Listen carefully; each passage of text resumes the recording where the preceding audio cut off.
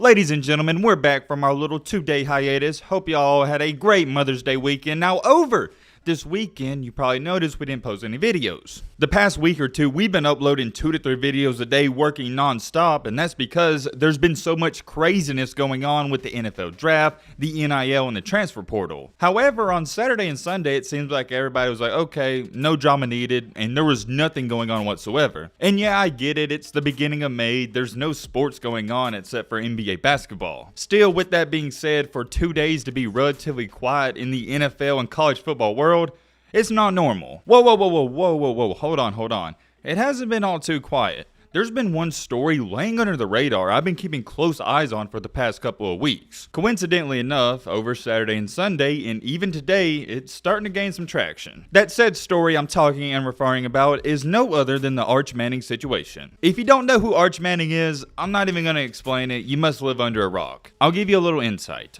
Arch Manning is the son of Cooper Manning, that's his dad, and Cooper Manning is the brother to Eli and Peyton Manning. Therefore, that means Arch Manning is the nephew to Eli and Peyton. It goes without being said, if you're a part of that legendary Manning family, you don't just have high expectations, the expectations for you are out of this world. I mean, look at what Peyton Manning did. He's going to be a Hall of Famer, no questions asked, and for Eli Manning, more than likely, he's going to be a Hall of Famer, but there's mixed emotions about him. Nobody knows how to feel about him because, correct me if I'm wrong in the comment section down below, but I believe he's thrown the exact amount of interceptions as he has touchdowns. So you mean to tell me someone who has thrown the same amount of touchdowns and interceptions, he's a Hall of Famer? Nowadays, the Hall of Fame is just questionable, and I think we can agree on that. I don't want to say they let anybody and everybody in the Hall of Fame, but they kind of do. I just don't think it's as prestigious as maybe it should be. Ultimately, it's going to be hard to keep Eli out of the Hall of Fame because the argument everybody's going to bring up is that he's won 2 Super Bowls and beat Tom Brady in both of them, and Brady's the greatest of all time. Although, yeah, he had a questionable career and it was bad at times, he beat Tom Brady twice when it counted the most. That's going to be interesting to see what happens with that. I think he's almost a lock to get in. But anyways, let's get back on topic with Arch. I'm sure all of you have at least heard of his name once or twice, but maybe you don't know how good he is. According to 27 Sports, he's 6'4", 215 pounds, and he's in high school. Dare I say he already has the body and the frame of an NFL quarterback? I mean, yeah, if he was in the NFL, he wouldn't succeed today because obviously he's got to get bigger and stronger, but he has the frame. Whenever he gets to college, they'll work on all that. Just looking at him from a size and metric standpoint, he checks all the boxes. He also has the intangibles. From everything I've seen, he is a very humble kid. Maybe not for you, but to me, that is one thing I pay close attention to, because if you have that egotistical attitude coming out of high school, that might carry over to college and even the NFL, and we've seen it time after time. If you have a big ego or you're arrogant, it's not going to work out long term. You may get away with it in college and even a couple years in the NFL, but long term wise, not going to cut it. Arch Manning comes from a good and classic family. I'm not too worried about that. Look at Peyton, he's humble. Look at Eli, he's humble. Look at his dad, he's humble. Now that's not to say he's going to be humble because of everyone around him was, but I think it increases the chances. And last but not least, maybe the most important stat, he is a 5-star recruit and has a perfect, let me repeat that, a perfect 24/7 Sports composite rating of 1,000. I think that's only happened once in the history of the rankings, and I believe that was Vince Young. I'm not too sure about that. I'm almost 98% sure it was Vince Young, but I could be wrong. Obviously, if he has a perfect scout grade, he's the #1 quarterback in the country, the #1 player in his state, and he's also the #1 player in the country. Rightfully so. I don't think nobody's arguing about it. He's the best player in the country. Oh yeah, if you are curious, I forgot to throw this in there. I thought it was kind of self-explanatory.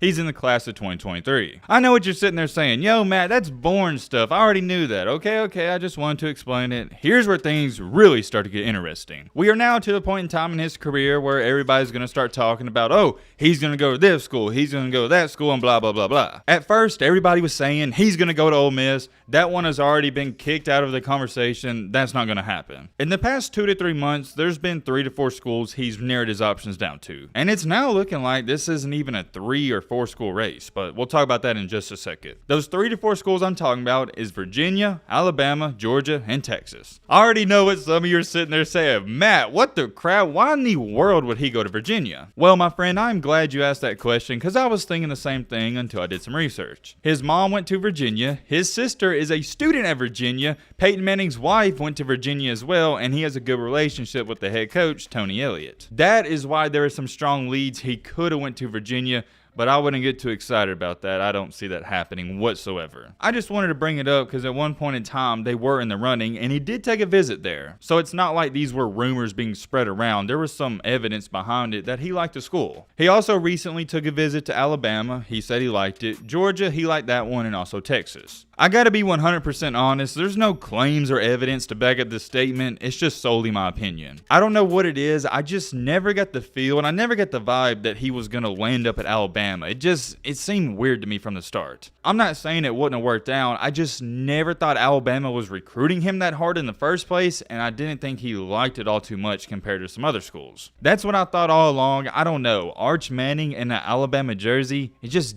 didn't look right to me. I guess my instincts were right because it came out in the last week that Alabama isn't even in the race and they're moving on from him. The new quarterback in that class that Alabama is trying to focus on, and it seems like this is the quarterback they really want, is Eli Holston. I'm not really expecting many of you to know who that is because he's still a high school player. He's not a household name just yet. He's a 4-star recruit. He's really good. I mean, duh, obvious. Alabama's recruiting him. It's not like they're getting a bum. You may be asking, well, Matt, why did they move on from Arch Manning so fast? From everything I've saw, and it makes a ton of sense, Alabama has came out and said they don't want to wait around and hope he commits to them in 3, 4, 5, or 6 more months, or wait until signing day. If you don't know what that means, let me dumb it down even more. You don't want to put all your eggs in one basket. And even with that being said, you're not guaranteed to get Arch Manning. Alabama did the right thing. You don't want to waste your time on one recruit when you could recruit 3 to 4 or 5 other quarterbacks. They're not going to recruit 3 to 4 to 5 other quarterbacks. I'm just using that as an example. Here's what a national recruiting analyst, Greg Biggins, had to say about it. So Bama obviously loves Eli Holston. They're not going to basically wait around for Arch. It's a short statement, but it sums it up completely. Alabama doesn't want to wait around. So since Alabama has announced they're no longer pursuing him, that leaves 2 teams, Georgia and Texas. It also leaves us with this question that this person asked. Does that give Texas a big leg up for Arch Manning, our #1 overall player right now? Or does Georgia? Are they maybe kind of able to make some noise right there with Arch? They currently are doing pretty well. Right now, according to the crystal balls and doing the reports, it's being said Texas has a 38% chance to land him, Georgia has a 32.5% chance, and Alabama has a 27% chance. How do they come up with these numbers? How do they come up with the crystal balls? I don't know, but I'm not going to say they're never true because more times than not, they are right about things. The crystal ball thing is interesting. We'll talk about that in just a second, but I don't want to say it's false hope because, like I said, they're right 95% of the time. Whenever they do these crystal ball things, it's just a bunch of guys who are close to the source. And I want to make this clear. It's not like Alabama didn't want them. They probably just felt like they were losing traction. So ultimately, they came to the conclusion, we're going to pursue somebody else who is possibly just as good. You can apply this to your everyday life. You don't want to chase a 10 out of 10 and only have a 20% chance of getting her because every other dude on the planet wants her when you could go get a 8 out of 10 or 9 out of 10 and there's no competition. Well, there is competition, but you're going to have a better chance. That's exactly what's going on here, and it's the right move by Nick Saban. I also believe, for Arch Manning's sake, you do not want to go to Alabama. That pressure there is going to be way more than Georgia or Texas. For those of you saying, well, Matt, Texas, there's a lot of pressure, and the same thing for Georgia, but not at the quarterback position.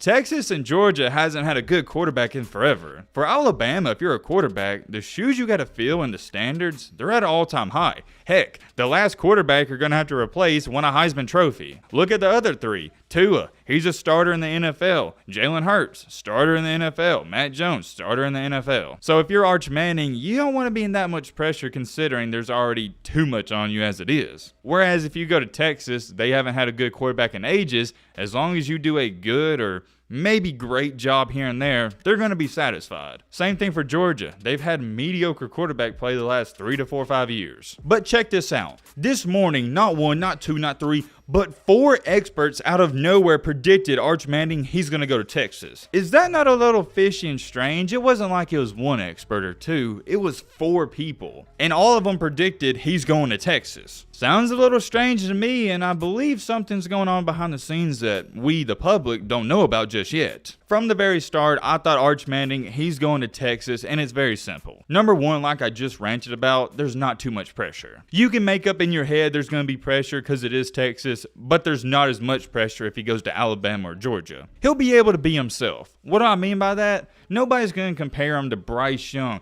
Nobody's going to compare him to Stetson Bennett or anybody that played at Alabama or Georgia. At Texas, he can create his own legacy. He'll be able to create his own story, and it's not going to be his dad's story, his uncle's story, anybody like that. It's going to be Arch Manning's. I think Texas is a great place to do that. And last but not least, reason number 3, they're going to offer him the most money. If you think for a second Texas will not offer him up to $5-10 million in booster deals or whatever you want to call it, you're out of your mind. They're not going to let him escape. They are going to bring the bank in the absolute bag trying to get this one player. You can say or believe what you want. Matt, their family, they're rich, they don't need money and blah, blah, blah, blah. I hear what you're saying, but let me offer you a different perspective. If you had $100,000 and somebody said, hey, I'll give you another $100,000 or $200,000. Are you going to turn it down? No. It doesn't matter how rich you are or how much of whatever you have. If somebody's going to offer you the most amount of money, you'd be dumb not to take it. The boosters at Texas are going to make sure this man has anything and everything he wants. A house, money, car, etc. You name it, he's going to get it. I don't really see that happening at Georgia or Alabama because they don't really put all their pride into one player. Last but not least, before we end out this video, I found this interesting. Here's what a recruiting analyst had to say. If he were to go to Texas and win it there, then he'd be a legend. That's just the way it is. It's such a tough opportunity to create your own legacy that Texas gives him that opportunity because they haven't won in a long time. That goes exactly hand in hand with what I just talked about. At Texas, he can make his own story. Let's say he goes to Alabama and wins a championship. Yeah, they're going to praise him for that year, but they're not going to remember him forever. Same thing for Georgia, the team that's second in the race to get him. They just won a national championship. They may praise him for a year, but Georgia's going to win many more. You get what I'm trying to say. At Georgia and Alabama, he's not going to have that legendary story he could potentially have at Texas. From everything I've read over the past couple of weeks, and I've been waiting to make this video, all leads point to he's going to Texas. It seems like every week we're getting narrowed down and closer to a commitment maybe. I don't think he's going to commit anytime soon. I think he's going to wait until signing day. I do want to bring this up. I kind of forgot to earlier. Look at the schemes compared with Georgia and Texas. At Georgia, you get Kirby Smart, a defensive coordinator who has had 4- and 5-star quarterbacks, and he's benched them. No quarterback in their right mind, at least I think in their right mind, would even consider going to Georgia. If I was a 5-star recruit, being completely honest, with the way they handled Justin Fields and most recently JT Daniels, that's the last place on my list. I don't care how good they are. On the other hand, for Texas, they have an offensive genius, an offensive mastermind in Steve Sarkisian who, hey, what do you know, just coached a Heisman winning quarterback. That's the guy I want to play for. I want to play for a guy like Lincoln Riley, Steve Sarkisian, a guy who's quarterback friendly. Kirby Smart, I love him. He's a great coach, but he's not quarterback friendly. So all in all, from a common sense wise, crystal ball wise, however you look at it, it's looking like this man's heading to Texas. Whether you like it or not, it's going to happen. And that means Texas would have the #1 quarterback back-to-back. They got Quinn Ewers right now, and then they'd have Arch Manning. Woo! Man, oh man, ladies and gentlemen, is Texas back? No, but they could be on the right trajectory. It's going to be interesting to see how all this unfolds. If I had a bet on it, I'm saying he goes to Texas. Let me know who you think or what school he'd go to in the comment section down below. But what up, peace?